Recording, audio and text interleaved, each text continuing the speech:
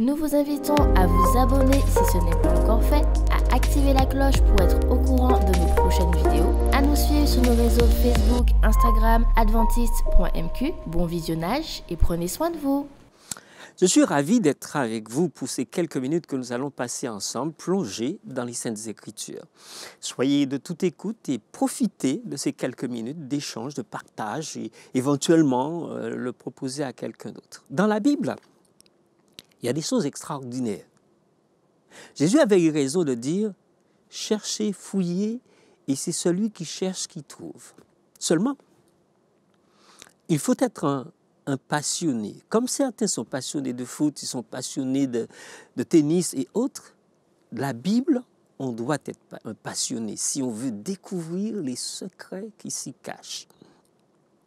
J'ai souvent entendu dire, concernant un texte biblique qui se trouve dans le livre de Daniel, et je vais vous le lire d'ailleurs au chapitre 12, le verset 4, voici ce qui est déclaré à Daniel. C'est une première fois et puis une deuxième fois, les propos arrivent dans le texte. 3. Daniel tient secrète ses paroles et scelle le livre jusqu'au temps de la fin.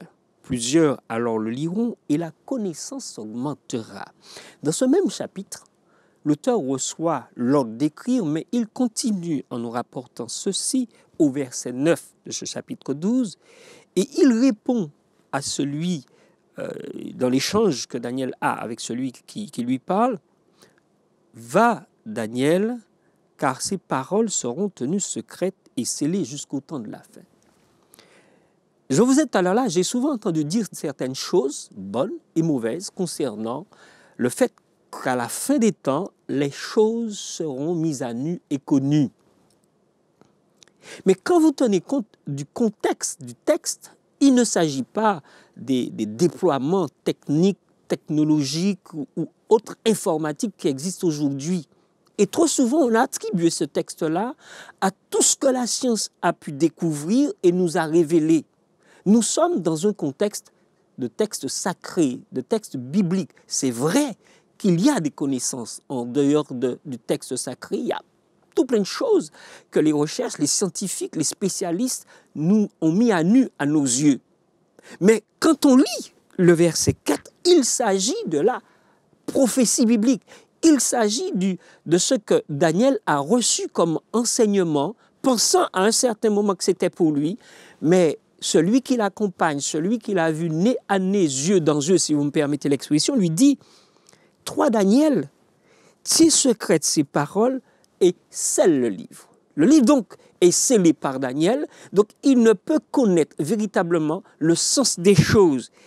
Et celui qui lui parle lui dit « Il va falloir que le livre reste scellé jusqu'au temps de la fin. » Donc c'est une affaire qui vous concerne, vous et moi, toi et moi. Et il poursuit en disant qu'à la fin des temps, plusieurs le liront et la connaissance de ces choses qui sont restées scellées seront connues. Et donc, aujourd'hui, c'est notre tour. À partir de 1844, dans l'histoire de l'Église, il y a eu un réveil spirituel provoqué par la prière, mais aussi l'étude. La passion et les prières ferventes ont amené les croyants de l'époque à plonger leur regard, à s'immerger dans les Saintes Écritures pour comprendre ces choses. C'est vrai qu'à un certain moment, il y a eu des malentendus, des incompréhensions, des interprétations pas tout à fait justes, mais ça a été réajusté. Pourquoi ? Parce que dans la passion, dans l'ardeur, la ferveur de l'étude des Saintes Écritures, Dieu, par l'Esprit, a permis à ces pionniers qui ont relancé l'Église, remis l'Église en orbite, il leur a permis de comprendre ce qui s'y trouve. Mais la personne qui est désignée pour l'enseignement du texte biblique, ce n'est pas simplement le prédicateur, parce que le prédicateur, pour qu'il soit en mesure de nous faire une révélation ou nous aider à comprendre le texte, il faut lui-même qu'il soit sous l'influence de cette personne-là. Et Jésus avait parlé de cet envoi qui permettrait à tous les hommes qui voudraient comprendre le plan du salut, la rédemption, la réconciliation avec Dieu, la réconciliation avec soi-même, mais aussi avec les autres. Jésus avait fait une promesse à ce sujet et il a déclaré dans le livre de Jean, l'apôtre Jean, si vous préférez l'évangile de Jean, il leur a dit ceci à propos de celui qu'il enverrait, ce qu'on appelle couramment le consolateur ou le Saint-Esprit. Il leur a dit ceci. « Il vous est avantageux que je m'en aille, c'est-à-dire, après sa mort, il devait être enlevé. Car si je ne m'en vais pas, le consolateur ne viendra pas vers vous. Mais si je m'en vais, je vous l'enverrai. » En d'autres termes, il était indispensable que Jésus non seulement meure, ressuscite, mais qu'il soit enlevé. Et c'est ce que couramment nous disons avoir vécu à l'Ascension, juste avant la Pentecôte, qui était sur le calendrier. Et ce Jésus-là a été enlevé 40 jours après sa résurrection, et il lui restait jusqu'à la Pentecôte 10 jours. Donc c'est à partir de ce 40e jour qu'il a été enlevé, et qu'il dit que quand tout sera prêt, je vous enverrai le consolateur. Si vous voulez vérifier cela, il le dit dans Acte 1er, et il le dit très tôt, ce n'est pas à vous de connaître les temps ou les moments que le Père a fixés de sa propre autorité, mais vous recevrez une puissance, le Saint-Esprit survenant sur vous, et vous serez mes témoins dans toute la Judée, dans la Samarie, jusqu'aux extrémités de la terre. Jésus donc leur dit qu'il leur enverra le Saint-Esprit. Pour recevoir le Saint-Esprit, qui est celui qui sera envoyé, il faut que les croyants soient dans l'état qu'il faut. Mais pour la révélation, ils sont obligés de recevoir l'Esprit. Parce que quand on revient dans le livre de Jean, au chapitre 16, il dit ceci, « Et quand il sera venu, ça c'est au verset 8, quand il sera venu, il convaincra le monde en ce qui concerne le péché, la justice et le jugement, en ce qui concerne le péché parce qu'il ne croit pas en moi, la justice parce que je vais au Père et que vous ne me verrez plus, le jugement parce que le prince de ce monde est jugé. » Effectivement, quand Jésus meurt à la croix, le jugement des princes des ténèbres tombe. Et au verset 13, Jésus continue en disant, « Quand le consolateur sera venu, l'Esprit de vérité, il vous conduira dans toute la vérité. » Donc, ce n'est pas forcément le prédicateur qui nous conduit dans toute la vérité, c'est l'Esprit qui le conduit dans toute la vérité, qui nous conduit dans la vérité, ainsi que nous-mêmes, là, assis sur notre siège en train d'écouter. Le consolateur a la responsabilité de nous conduire dans toute la vérité. Encore faut-il qu'on sonde les Écritures. Encore faut-il qu'on prenne le temps d'étudier. Je dis bien prendre le temps d'étudier. Parce que la simple lecture ne suffit pas pour comprendre les Saintes Écritures. Il faut de la prière fervente. Il faut de l'attention aux Saintes Écritures. Il faut se plonger, je dis bien se plonger, s'immerger dans les Saintes Écritures régulièrement avec Dieu, sous l'influence du Saint-Esprit, pour qu'effectivement la vérité nous soit révélée et qu'on soit conduit dans toute la vérité. Et il poursuit. Et il ne parlera pas, en parlant du Saint-Esprit, il ne parlera pas de lui-même, mais il dira tout ce qu'il aura entendu et il vous annoncera les choses à venir. Alors, pourquoi je m'arrête là? Parce que dans le livre aux Corinthiens, l'apôtre Paul dit « La seule personne capable de sonder les profondeurs de Dieu, c'est le Saint-Esprit. » Ça veut dire que non seulement il est capable de sonder les profondeurs de Dieu et nous ramener les choses qui s'y cachent, les pensées et les voies de Dieu, la vérité, et nous conduire dans cette vérité-là. Mais il est aussi capable de sonder notre cœur. Si donc quelque chose s'y cache, si quelque chose est anormal, il est capable de nous le révéler. Pas seulement nous aider à connaître toute la vérité et découvrir les choses qui sont cachées et scellées, mais il peut aussi nous révéler les simples défauts de caractère qui sont cachés en nous. Parce que s'il est capable de sonder les profondeurs de Dieu, nous faibles humains, à combien plus forte raison est-il capable de nous sonder et de sonder nos profondeurs et de nous révéler véritablement qui nous sommes, ce que nous sommes et ce qui s'y cache. Tous les encombrements qui sont cachés dans notre vie, l'Esprit peut nous les révéler et nous amener non seulement à les confesser, mais aussi à les abandonner. Et donc, quand il descend dans les Saintes Écritures, quand il descend dans les profondeurs de Dieu, c'est pour nous amener à connaître les choses qui sont là pour l'enseignement à notre salut, mais aussi les choses qui sont à venir. Et Jésus poursuit en disant, « Il me glorifiera parce qu'il prendra de ce qui est à moi, donc dans les profondeurs de Dieu, et vous l'annoncera. » Et il ajoute ceci, tout ce que le Père a est à moi. C'est pourquoi j'ai dit qu'il prend de ce qui est à moi et qu'il vous l'annoncera. Ainsi donc, celui qui veut comprendre les Saintes Écritures n'a pas besoin d'aller voir le sorcier, d'aller chez le quimboiseur, d'aller voir qui que ce soit. Il peut se tourner vers Dieu et causer avec Dieu, lui demander de l'instruire. Et à partir de l'action de l'esprit, à partir des études attentives, régulières, constantes, Dieu, petit à petit, nous révèle la vérité et nous conduit dans la vérité. Je répète, encore faut-il qu'on aille chercher la chose dans les Saintes Écritures. Car trop souvent, nous nous contentons d'une simple lecture. Et ça nous permet de savoir des choses sur Dieu, mais pas de connaître Dieu. La vie éternelle, ce n'est pas de savoir des choses sur Dieu. La vie éternelle, c'est de connaître Dieu et celui qui l'a envoyé. Et ça se trouve dans Jean 17, verset 3. Or, la vie éternelle, c'est qu'ils te connaissent.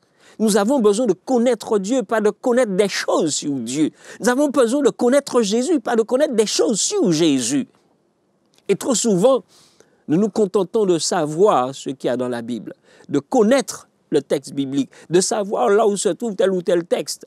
Mais l'essentiel, pour nous, c'est la vie éternelle, c'est notre objectif, c'est notre point de chute. C'est là que nous voulons vivre avec Dieu dans l'éternité.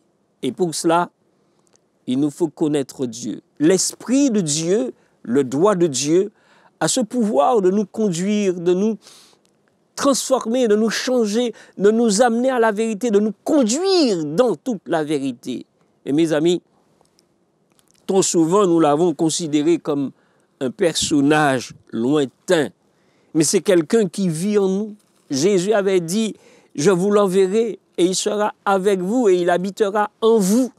Il est important que l'Esprit habite en nous pour nous révéler non seulement les choses de Dieu, mais nous révéler qui nous sommes. Et c'est par l'Esprit que Dieu fait le miracle, la transformation. Et c'est le plus beau de tous les miracles. Parfois, nous cherchons à faire un miracle. Nous recherchons un miracle auprès de Dieu, mais ce n'est pas toujours le bon miracle que nous recherchons.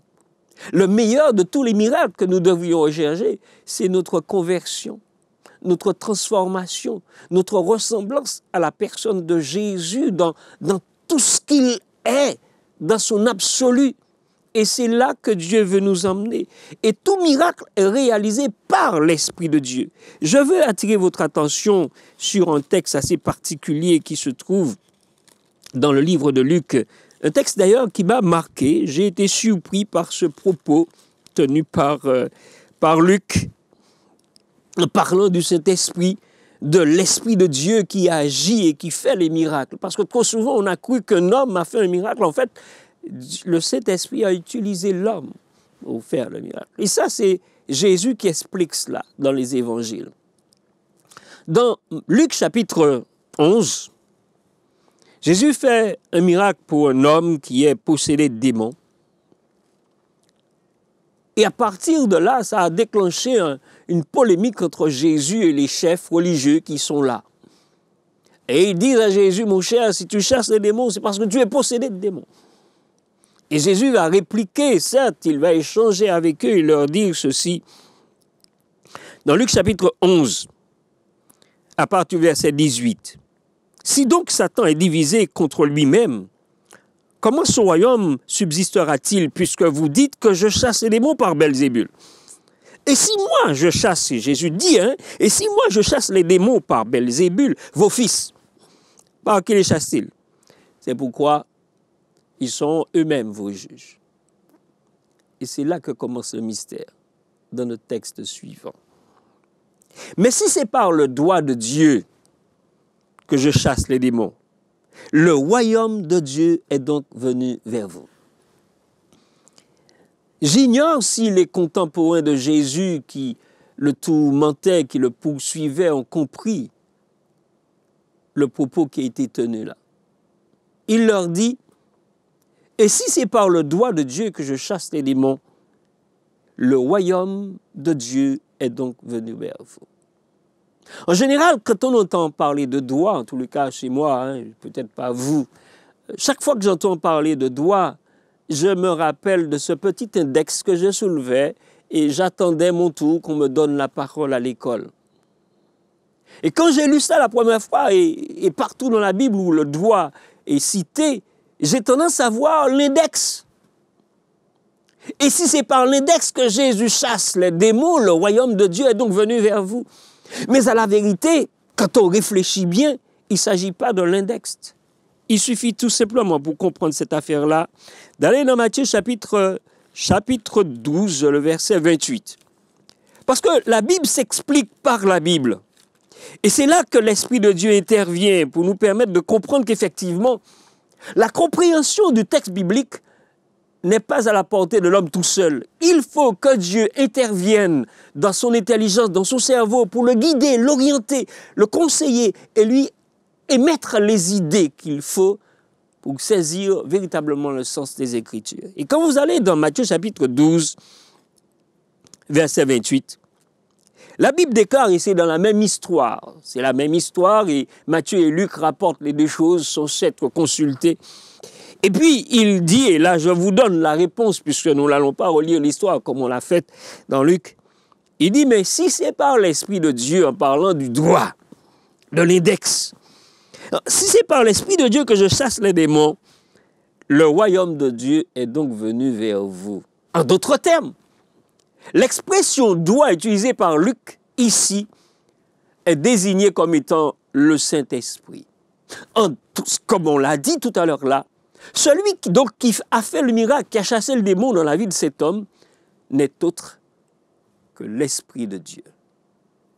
Trop souvent, quand un homme a réalisé quelque chose sous la poussée de cet esprit, on a tendance à croire que c'est l'homme qui a réalisé la chose. Un tel a fait un miracle. Et c'est la raison pour laquelle Jésus avait pris soin de dire dans Jean 16, « Il me glorifiera, parce qu'il prendra de ce qui est à moi et vous l'annoncera. » Le rôle de l'esprit dans la vie du croyant, c'est d'abord de glorifier Dieu, pas de glorifier l'homme. Notre raison d'être, c'est d'abord adorer Dieu, lui rendre hommage, lui rendre toute allégeance qui lui revient. Notre but, c'est de glorifier celui qui nous a créés et qui nous a sauvés.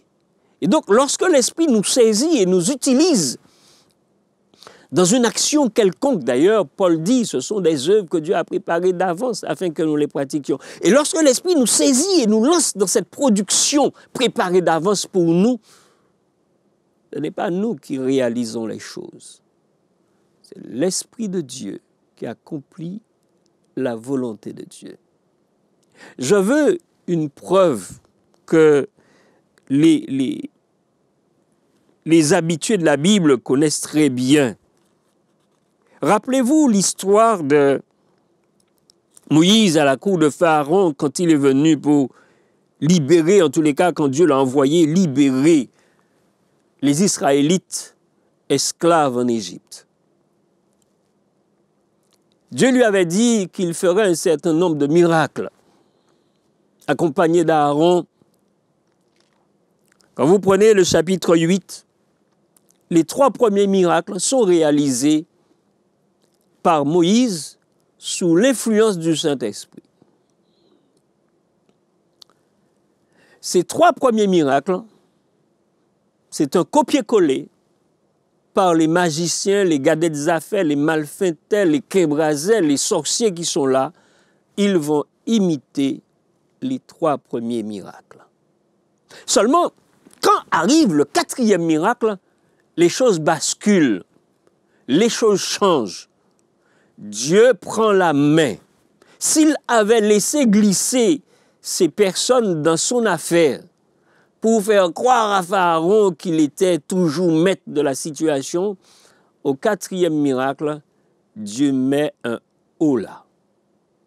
Il met un terme à toute imitation, à tout ce qui pourrait ressembler à ce que son serviteur est en train de réaliser sous l'influence du Saint-Esprit. Et quand vous prenez Exode chapitre 8, Lorsque ce quatrième miracle est produit, on va le lire à partir du verset 12.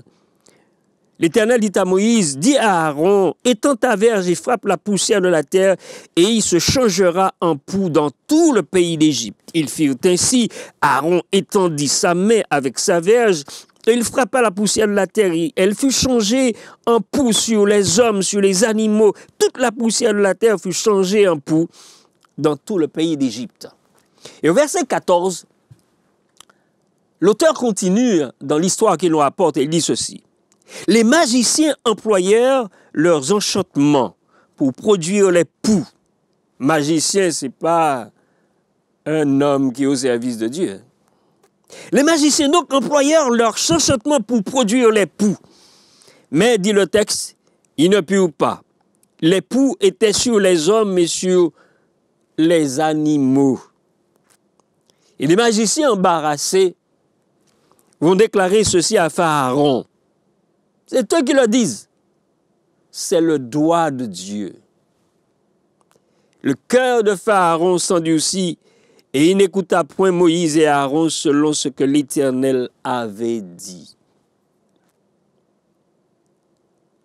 C'est le doigt de Dieu. Et donc, l'expression apparaît pour la première fois ici, dans la Bible. C'est le doigt de Dieu. Les hommes utilisent une expression sous l'influence du Saint-Esprit qui va surprendre.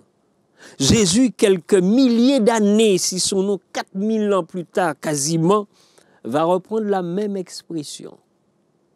Il va dire que ce miracle de délivrance concernant les démons sur cet homme, c'est le doigt de Dieu. En d'autres termes, ce n'est pas moi. C'est l'esprit que Dieu m'a donné sans mesure. Et il l'a dit dans Jean 3. L'esprit que Dieu lui a donné sans mesure qui a réalisé ce miracle. Et ces hommes sont devant la réalité, ils disent, c'est le doigt de Dieu. Vous comprenez bien que quand vous tombez sur cela, il a fallu certes des recherches, mais il a fallu certes une application, des prières ferventes pour que Dieu vous amène à découvrir cela. Le miracle que vous cherchez, il n'y a que le doigt de Dieu qui puisse le réaliser, est capable de le réaliser dans votre vie, le Saint-Esprit. Et si vous voulez effectivement que cette transformation s'opère, vous devez permettre à Dieu, pas seulement de vous envoyer l'Esprit pour qu'il soit à côté de vous, vous devez permettre à Dieu de vous habiter, d'habiter en vous, et vous-même immergé en Dieu. Parce que je ne suis pas celui qui l'a dit. C'est Paul écrit dans Colossiens 3:3, « Votre vie est cachée avec Christ en Dieu. » Ça, c'est extraordinaire. Extraordinaire. Paul dit que je suis caché avec Christ en Dieu. Et qui peut m'arracher de là? Ce droit de Dieu habitant en moi va jusqu'à m'enfouir avec le Christ, la personne de Dieu, dans les profondeurs de Dieu, là où lui-même réside. Vous comprenez bien que croyant qui a cette conviction-là n'a peur de rien. Son Dieu s'occupe de lui. Quand bien même qu'il descendra dans la poussière, sa vie est cachée avec Christ en Dieu. Je voudrais soulever un autre petit détail. Nous avons tous un jour regardé les 10 commandements. Et diverses versions nous ont montré diverses manières d'écrire les 10 commandements sur la pierre, gravés sur la pierre. Dans ma naïveté au début des Écritures, quand on me disait que le doigt de Dieu avait écrit les 10 commandements sur la pierre, j'ai toujours vu l'index. Mais quand l'Esprit m'a montré qu'en fait, que c'est l'Esprit de Dieu qui a fait le miracle, c'est aussi un miracle que d'écrire sur une pierre ces 10 commandements qui aujourd'hui sont encore valables. Vous avez tous lu comme moi un jour dans le livre d'Exode chapitre 31, ceci au verset 18. Lorsque l'Éternel eut achevé de parler à Moïse sur la montagne de Sinaï, il lui donna les 2 tables du témoignage, tables de pierre écrites du doigt de Dieu.